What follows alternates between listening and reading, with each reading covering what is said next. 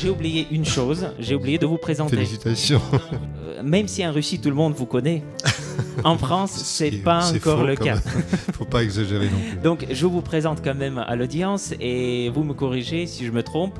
Donc, Sacha, ancien guide francophone de Moscou par le passé. Ensuite, directeur d'une compagnie de croisière qui opérait les croisières Moscou-Saint-Pétersbourg. J'étais surtout directeur de la représentation d'une compagnie française qui organisait des croisières en Russie. D'accord. Moi, comme j'avais 19 ans, pour moi, c'était juste un grand patron. Et c'est tout. Donc, les croisières fluviales Moscou-Saint-Pétersbourg. Et aujourd'hui, Alexandre est le président de l'association des guides russes. Pas uniquement des francophones, mais tout le monde. J'ai pas menti? Oui, l'association de guides et interprètes et des guides russes et fédération aussi. Bien. Comme disait Boris Vian dans le célèbre roman L'automne à Pékin, pour une fois, il a raison.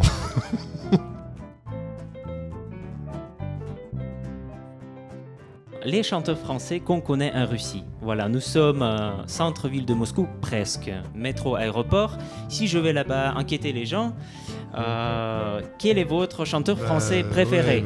Qu'est-ce que je vais entendre? Ça dépend déjà de leur âge. À un certain âge, ils vont dire certainement Mireille Mathieu.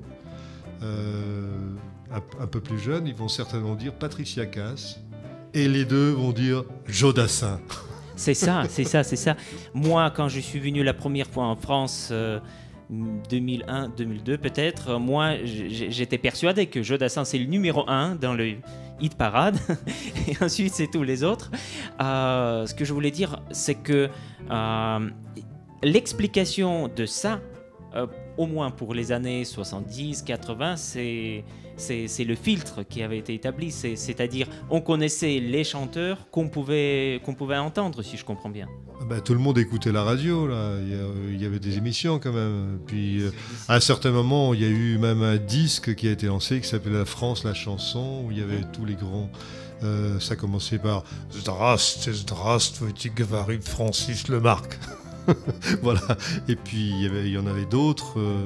Il y avait certainement Georges Brassens, il y avait Brel certainement, et puis Jean Ferrat. Et puis voilà. Bref, on connaissait plus ou moins, mais ils n'étaient pas dans les émissions courantes. C'était quelque chose qui était spécifique à la chanson française qu'on voulait découvrir. Mais si on ne s'intéressait pas particulièrement à la chanson française, on connaissait que Mireille Mathieu. À une certaine époque, Yves Montand, avant qu'il devienne anticommuniste. C'est pour dire que quand même notre vision des chanteurs français est très particulier, ouais. Très différent. On ne connaît pas certains qui... J'ai appris leur existence uniquement en France. Les mots comme Charles Trenet, plus ou moins. En Russie, non, Trenet. pas du tout. Voilà, Charles Trenet, Patrick Bruel, Johnny Hallyday, ce sont les noms que j'ai entendus la première fois en 2002 en France. Et jamais en Russie. Ils n'existaient pas. Or, là-bas, c'est des vrais stars. Absolument.